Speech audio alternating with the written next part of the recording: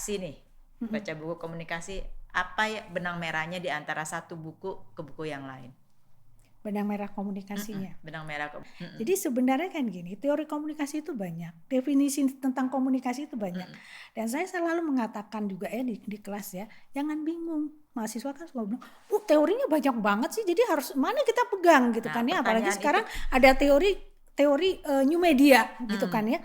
Dan saya bilang gini ya, teori itu pakar satu, pakar yang lain ya, ketika dia mengeluarkan teori yang baru, definisi baru, dia beranjak dari definisi atau teori sebelumnya. Jadi teori sebelumnya itu sebagai dasar dan tidak bisa diabaikan. Ya, jadi kalau teori-teori itu banyak, teori yang satu dengan yang lainnya itu melengkapi, bukan menghilangkan yang sebelumnya, gitu loh. Jadi ini yang dikatakan benang merah, ya kan? Setiap perkembangan, setiap perubahan atau setiap pembaruan di dalam teori atau pembaruan apapun dalam aspek kehidupan itu harus ada benang merahnya menurut saya. Dan ada titik awalnya gitu loh. Jadi setiap saat di-enhance terus nih ya, sesuai dengan keadaan iya, zaman. Tapi dasarnya tetap, maka tadi saya bilang teori dasar salah satunya kan yang Laswell keluarkan. Ya, saya bilang who says what to whom, ya, through which channel with what effect. Itu tetap sampai ada teori media baru itu tetap dasarnya. Gak bisa, sumber tetap ada, receiver tetap ada dan seterusnya. Cuma kemudian kan karena sekarang kita teknologi canggih, kemudian masuk unsur yang namanya internet di situ, gitu loh. Jadi yang berkembang memang sarananya.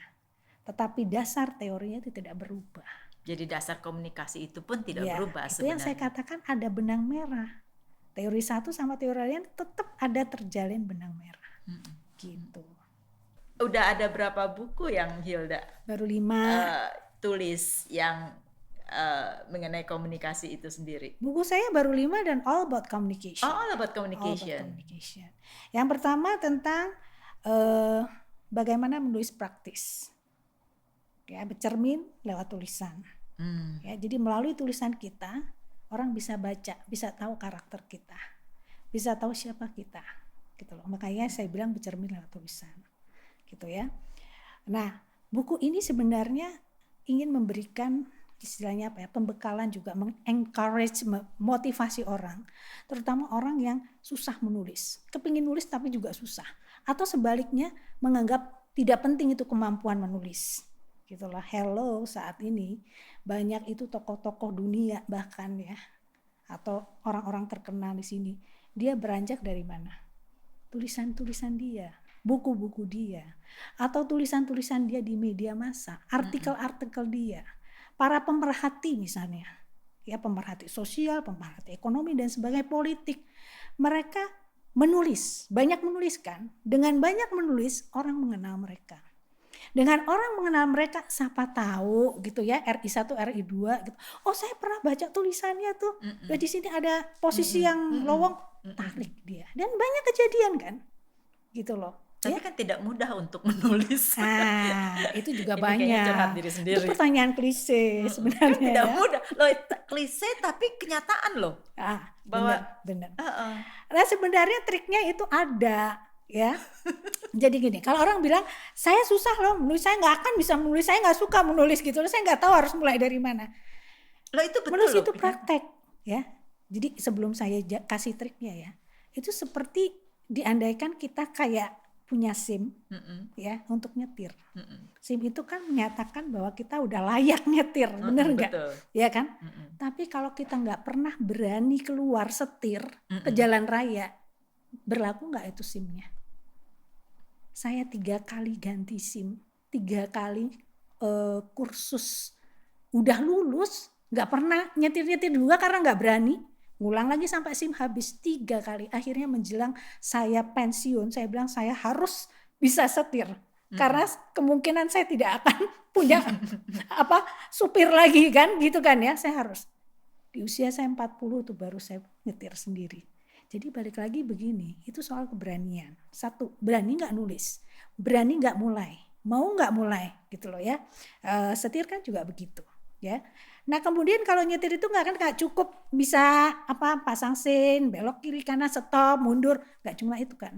Kita harus menguasai medan jalan-jalan supaya kita tahu mana yang satu arah, mana yang dua arah, supaya kita nggak ngider-ngider dan nggak kegok, ya kan? Kalau kita setir kan harus tahu gitu loh, ya. Nah jadi kemampuan, skills, teknik, ya, tetapi juga menguasai jalan. Menulis juga sama. Ya. Nah sekarang bagaimana caranya? Gitu ya. Bagaimana caranya memotong padi gitu ya. Waktu kita gue kayak di classroom banget deh. Ngeliatnya kayak di classroom. Ya, ntar lagi begini nih duduknya. Ntar ada kuis loh di akhir sesi ini. Habis itu di tes, coba dan proper gitu loh ya. Oke, lanjut. Waktu kita kecil dulu, ya ada Beatrix nih ya, waktu SD kan, belajar mengarang, itu kan ada kan pelajaran bahasa Indonesia, ini si Budi, gitu kan, ini Ibu Budi. Gitu. Jadi ketika masuk liburan, mulailah itu guru bahasa Indonesia. Anak-anak sekarang bikin karangan, ya, karangan ini apa? Liburan sekolah, sama semua itu judulnya, liburan sekolah gitu kan ya. Sekarang dibalik, judul itu belakangan, isinya dulu tulisannya, itu satu, ya kan? Tapi terus saya harus nulis apa? Itu kan judulnya belakangan. Nah, maka kita tentukan temanya apa? Temanya mau tema apa? Carilah tema yang spesifik, jangan terlalu luas, karena bingung kita nanti nulisnya, ya kan? Jadi ibaratnya gini, kita mau nulis tentang misalnya wisata ke Malang. Coba bandingkan dengan ini nih ya, tema ini nih ya. Misalnya sudut-sudut indah atau misalnya objek-objek menawan di Kota Malang. Mana yang spesifik? Yang pertama atau kedua? Objek itu. Nah, itu kan lebih spesifik karena kita udah bicara sudut-sudut yang manis di Kota Malang. Nggak bicara tentang wisata kan bisa macam-macam, kuliner, ya budaya dan sebagainya. Jadi tentukan temanya, spesifik gitu loh ya. Dari tema ini baru kita mulai. Waktu kita ke Malang itu, saya kemana aja ya? Wah, wisata kuliner, tulis aspek kuliner ya. Oh, saya ada tuh naik andong, lucu banget tuh, hampir terbalik, tulis transportasi tradisional kayak atau khas di sana ya. Terus apalagi? Udah kuliner sana. Oh, penginapan, tulis unsur penginapan. Tulislah list itu. Ya, apa yang ada di benak kita ingat, tulis listnya. Setelah itu kan bejibun lah ya, pasti kan banyak tuh ya. Nah baru kita kelompokkan, mana yang satu kelompok masuk ke dalam kuliner, mana yang masuk misalnya transportasi, mana yang unsur budaya, kelompokkan.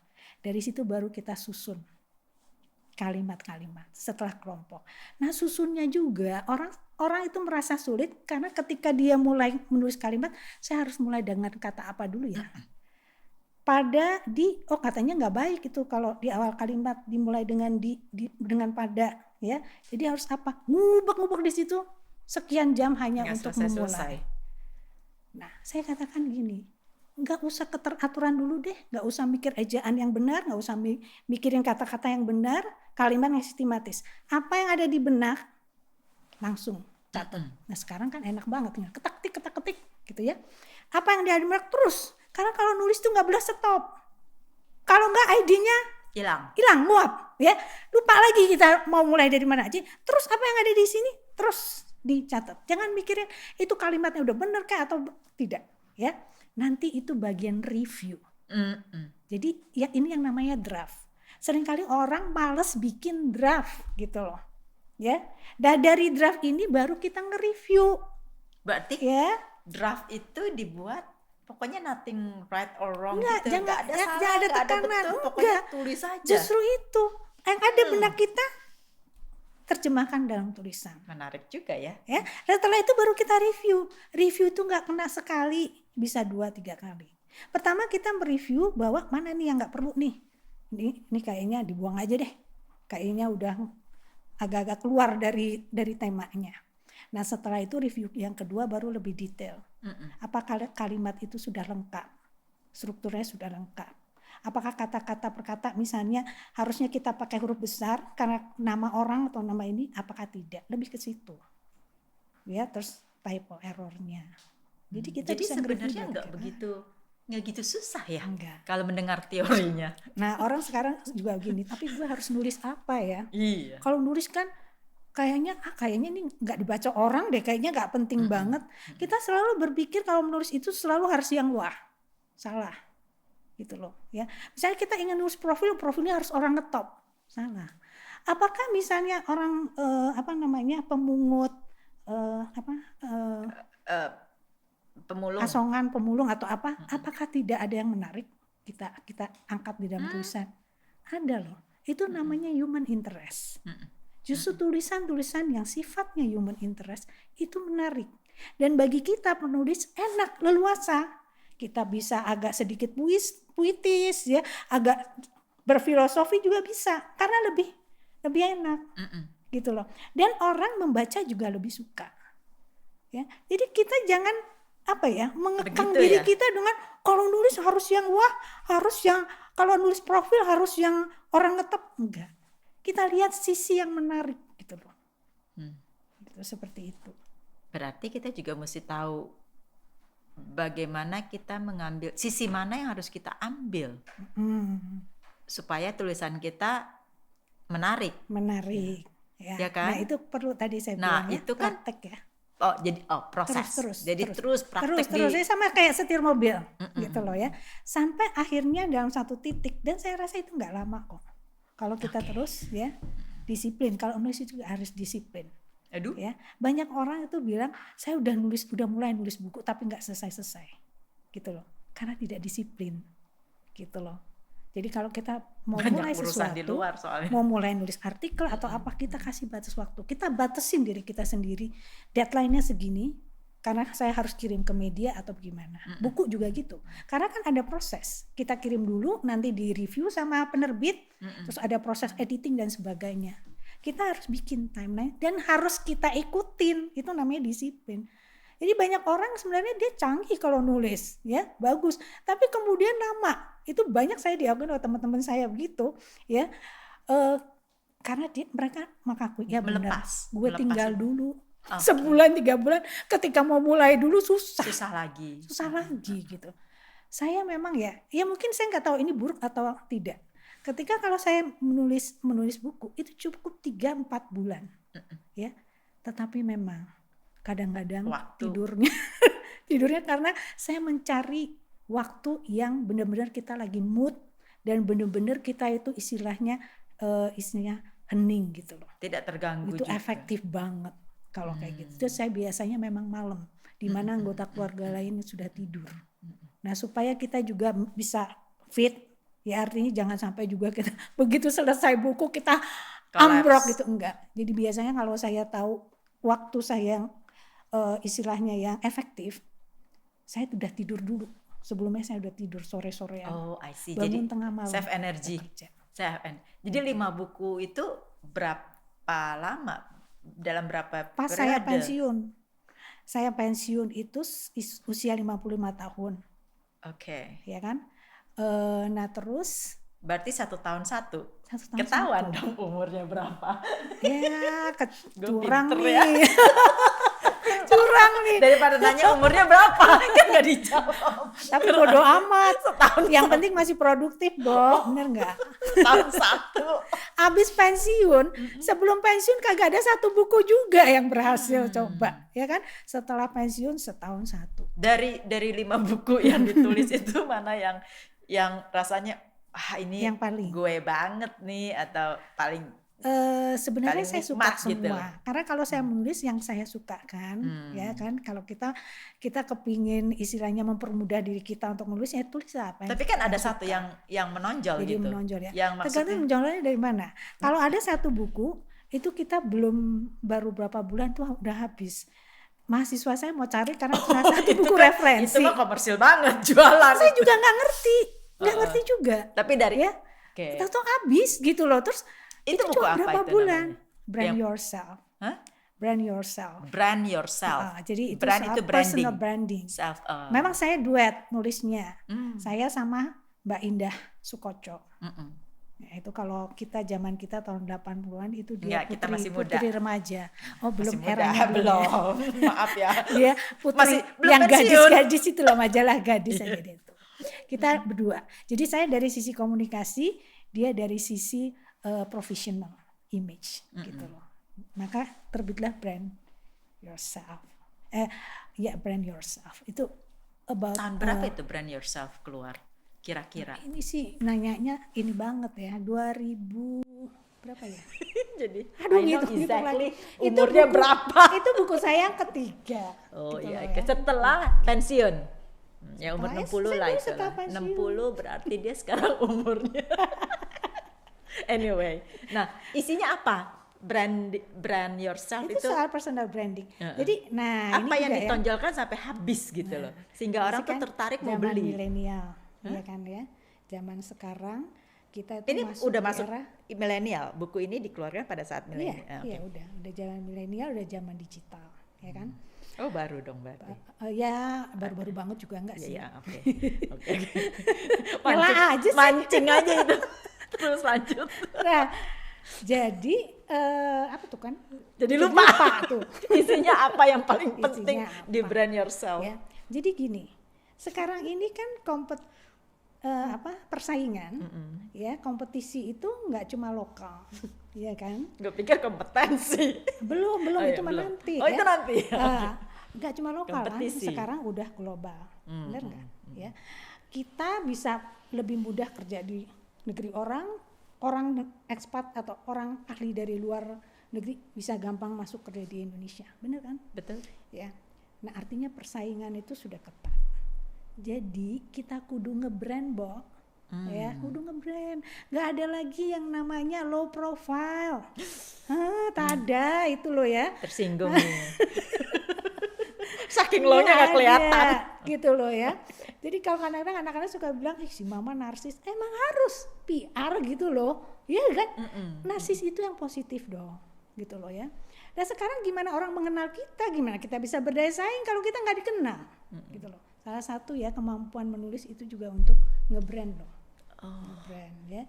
Mesti catat nih, menulis ya. Gitu. Nah sekarang apa-apa kita kan harus nulis. Di Facebook kita nulis. Emangnya cuma selengean doang, wajahnya doang gitu loh, terus difoto, so what gitu loh kan ya. Nah kita kan harus nulis, harus istilahnya texting gitu loh. Gitu kan ya. Nah berarti itu kan harus kemampuan menulis. Ya belum lagi yang serius-serius. Kalau dalam kerjaan harus bikin proposal, bikin laporan, and so on, kan begitu kan. Itu kan menulis semua, bikin memo, bikin surat, bukan surat cinta ya, zaman jadul ya. Tapi kan semua itu kita nggak bisa, semua profesi itu harus punya kemampuan menulis gitu loh. Dia balik lagi ya soal brand. Jadi itu sebenarnya gimana kita nge-brand gitu loh. Istilahnya bagaimana kita menjual, quote and quote ya, positif loh, diri kita gitu loh. Jadi apa yang dijual? Kompetensi kita tadi gitu ya, kompetensi kita ya, talent, kita punya talent, setiap orang dikaruniakan talent ya, kemampuan kita ya, itu yang kita keluarkan. Nah yang namanya brand yourself itu deket-deket sama yang namanya strategi public relations. Strategi public relations itu apa? Orang kan bilang, oh kalau PR itu membangun citra, reputasi, bla bla bla ya, itu mah teori gitu ya. Tapi sebenarnya prakteknya atau sebenarnya implementasinya bagaimana? Kita itu cuma mau bilang kita itu cantik, produk kita paling bagus, organisasi kita itu paling oke melalui mulut orang lain. Itu doang. Karena kalau kita ngomong, nih ya, kalau saya ngomong ya, misalnya Bu Reti gitu ya, terus gue cantik kan, gue cantik loh, yang ada enek orang gitu ya, sekali dua kali gitu lama-lama disambit kita gitu loh ya, bener nggak ya? Nah tapi kalau yang ngomong orang lain kan manis, gitu ya kan? Kenal nggak yang namanya Ibu Matilda, dosen kita gitu loh ya? Selain baik budi, tidak sombong, gitu loh ya, enak ngajarnya ya. Dan orangnya juga cantik gitu ya. Dia self branding juga nih, dia self branding. Iya, makanya saya kan dikenal Miss Universe. Bener, asli Miss Universe. Miss Universe cuma punya 3B, apa tuh, brain, beauty, behavior. Anak saya cowok 3, Bu. Baskoro Bawono Baruno plus bapaknya adalah anak-anak B Binowo. semua. Saya beautiful so I have 5B kan. Jadi Miss Universe plus. Balik lagi ya. Nah jadi itu intinya. Kita mau bilang diri kita bagus, diri kita capable, bisa dipercaya melalui mulut orang lain. Siapa ini orang lain? Media. Gitu kan. Kalau perusahaan kan begitu. Ya kan mau jual, membangun image, pakai media dong biar dipercaya. Ya, nah media ini tulisannya beda sama iklan ya. Kalau iklan kan kita bayar space, apapun kita katakan masuk sudah. Ya, mau bilang kita kecap nomor 1 atau apa, saya bayar loh setengah halaman, masukin nggak? Masukin kan. Tapi kalau berita kan enggak. Kalau berita itu yang nulis redaksi, yang nulis wartawan, bukan kita, tapi sumbernya dari kita. Kita bikin press release, kasih ke wartawan, kasih Free. ke media, dimuat. Udah kita nggak bayar, orang taunya yang ngomong media bukan kita, gitu loh. Nah itu maksudnya.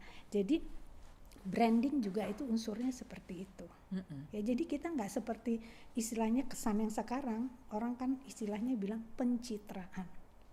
Ya PR dan branding bukan pencitraan. Karena itu adalah pembangunan kapasitas diri, strategi komunikasi yang sustain, nggak terus menerus. Gitu loh. Jadi kalau kita mau membangun citra diri kita terus menerus gitu loh. Ya. Itu branding. Itu branding. Nah, kalau pencitraan itu sendiri? Pencitraan itu ibaratnya kayak pemadam kebakaran. Ya kan? Pemadam kebakaran itu kan muncul kalau ada api. Gak ada api ya dia nggak muncul karena nggak dibutuhkan. Nah ya, kalau pencitraan itu kita bisa tahu. Kenapa nih orang tahu tuh gujuk-gujuk nyapu-nyapu jalanan? Biasanya nggak pernah nyapu-nyapu jalanan, kok gujuk-gujuk bagi sembako, biasanya enggak, ya. Kenapa? Oh ternyata dia mau nyalek, kan begitu ya. Nah itu namanya pencitraan, cuma selewat doang dan ada tujuan di balik itu, gitu.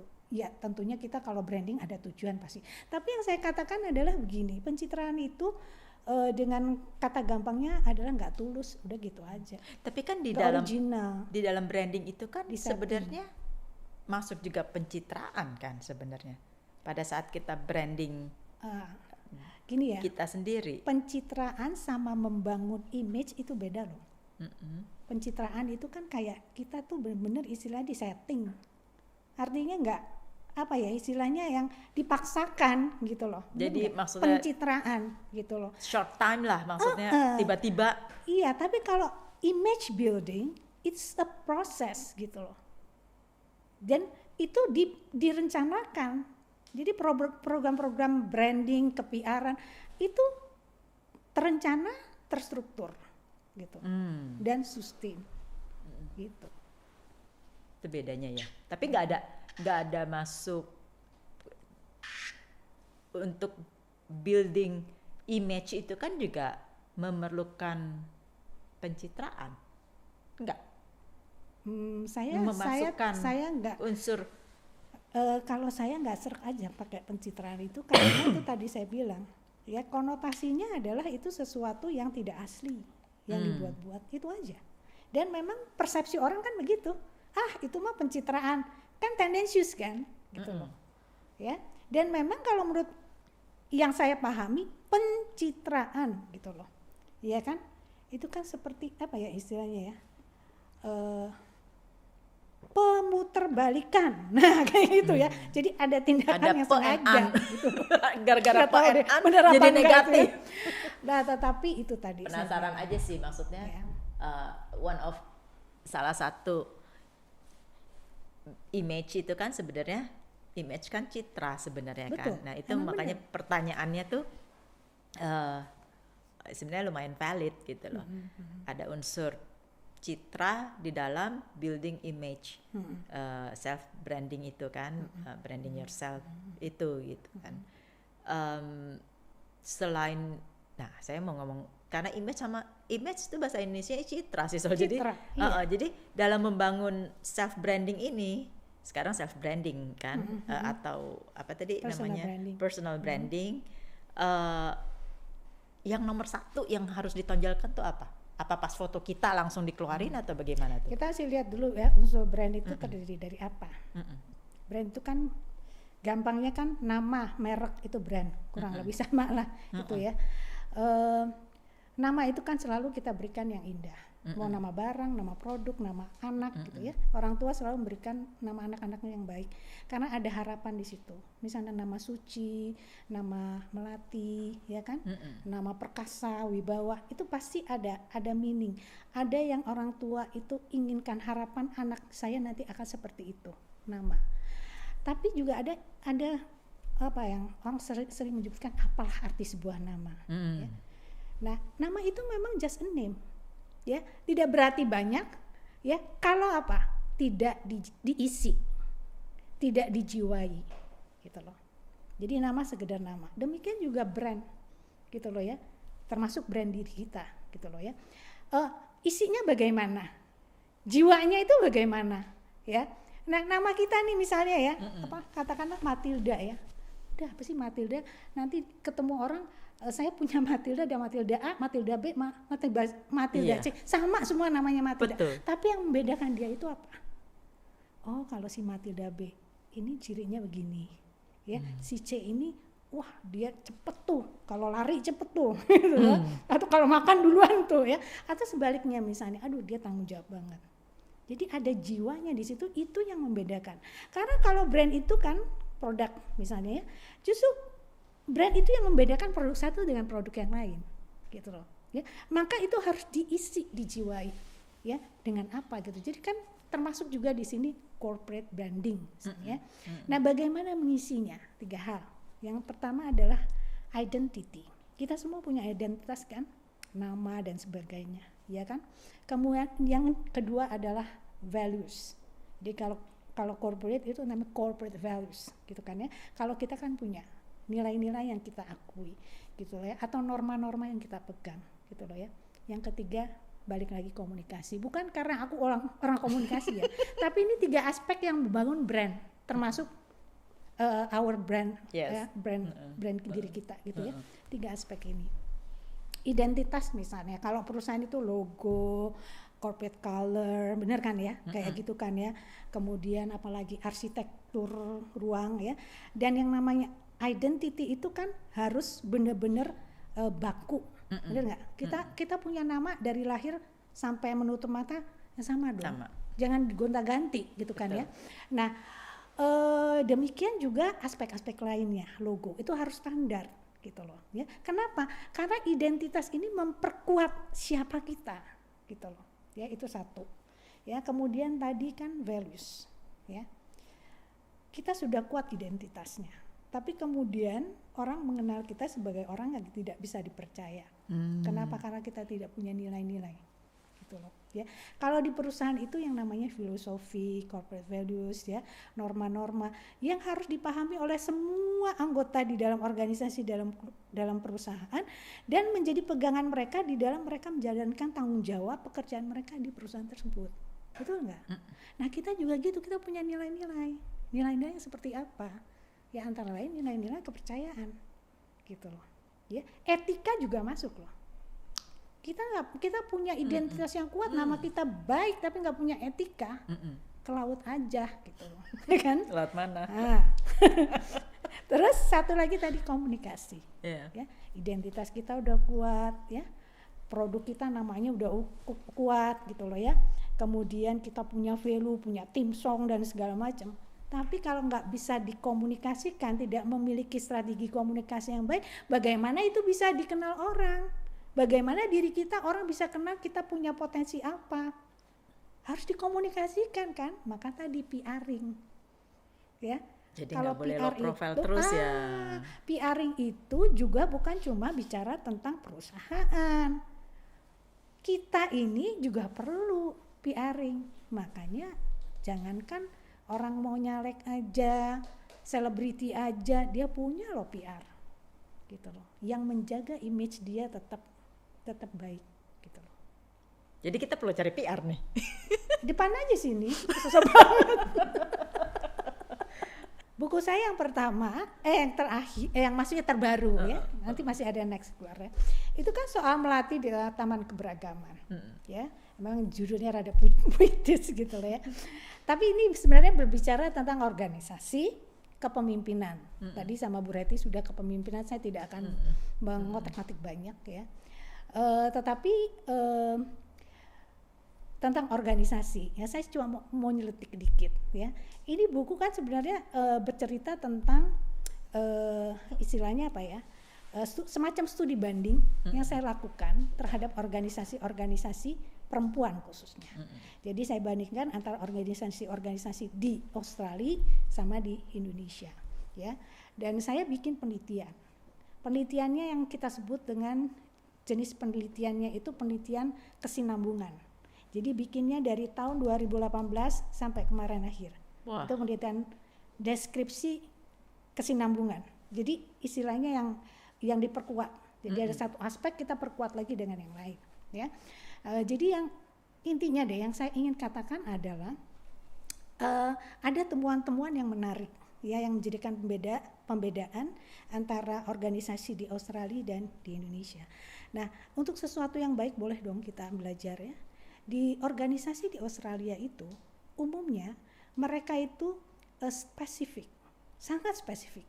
Jadi hampir tidak ada yang namanya duplikasi gitu loh. Ya. Di Australia itu ada satu gedung yang namanya Victoria Women's Center. Di situ isinya organisasi-organisasi perempuan, tapi semua punya spesifikasi gitu loh.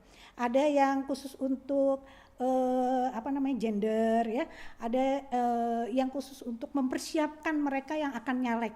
Ada loh itu di situ. Namanya Emily's List ya. Jadi ini organisasi khas unik tapi bagus gitu. Jadi mereka itu mempersiapkan misalnya anak-anak muda ya yang kompeten yang akan nanti terjun ke bidang politik yang menjadi duduk di parlemen gitu loh ya.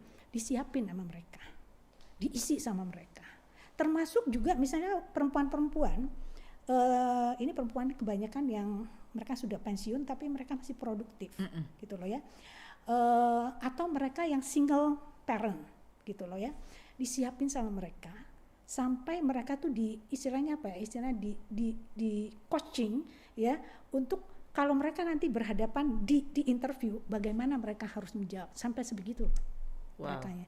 Nah, kemudian juga mereka tuh disiapkan. Jadi ada satu bagian dari mereka, foundation mereka namanya ya itu conscious closet ya gitu ya. Sama Fit to Work itu tuh menyiapkan pakaian-pakaian aksesoris semua untuk dipakai sama mereka. Jadi nyiapinnya sampai begitu. Nyiapin secara kognitif, secara istilahnya perilaku, gesture, segala grooming, segala apapun di situ. Itu betul-betul betul. Itu satu paket. Nah, kita belajarnya apa? Mereka spesifik sehingga mereka bisa fokus gitu loh. Dan dalam gitu loh. Nah, kita itu keuntungannya di Indonesia organisasi perempuan itu banyak banget dibandingkan di Australia sedikit. Banyak. Tetapi kita lihat kan juga banyak yang istilahnya bergelut di bidang yang sama atau satu organisasi menangani banyak aspek. Di satu sisi sih bagus ya, jadi kita menangani memang aspek-aspek yang dibutuhkan, tapi di sisi lain menurut saya ya, jadi kita kurang fokus gitu loh, nggak kuat gitu loh. Apalagi di sebelah sana udah ada juga yang melakukan. Nah, kenapa kita nggak kolaborasi gitu loh, itu yang menurut saya. Nah, kemudian juga mereka yang di Australia itu yang saya amati adalah mereka gini, cara leadership mereka itu menurut saya sih oke ya. Jadi ketika mereka ingin terjun di parlemen ya, itu tadi ya terkait dengan pencitraan. Mereka ini sudah punya passion dan sudah punya pengalaman, sudah menggeluti dulu bidang yang mereka sukai. Kalau misalnya mereka menggeluti bidang lingkungan hidup, itu mereka udah dikerjain, udah terjun di dalamnya sejak mungkin mereka SMA, kuliah dan sebagainya. Jadi kaderisasinya itu totally out. Balik ya. Jadi saya punya passion apa nih ya, lingkungan hidup. Jadi dari situ kemudian mereka berpikir bagaimana ya supaya nanti cover cakupannya bisa lebih luas. Bagaimana passion saya ini di bidang lingkungan hidup ini nanti bisa turut mempengaruhi kebijakan. Maka saya harus masuk jadi anggota parlemen. Nah tapi kan dia udah jalanin dulu nih, serentengan sudah punya pengalaman. Nah balik yang tadi saya bilang pencitraan, bukannya dibalik. Saya ingin masuk, ya entah masuk jadi ketua inilah, ketua apalah, ya sebagai kendaraan saya untuk mencapai passion saya. Dibalik. Gitu loh. Jadi kalau kita harus punya passion dulu dan melakukannya gitu dan mengisinya. Kemudian baru mereka mencari kendaraan mana supaya kita tuh bisa istilahnya bisa nendang gitu loh. Kita bisa ikut mempengaruhi kebijakan misalnya seperti itu. Jadi memang berisi ya, memang berbobot gitu ya. Sip.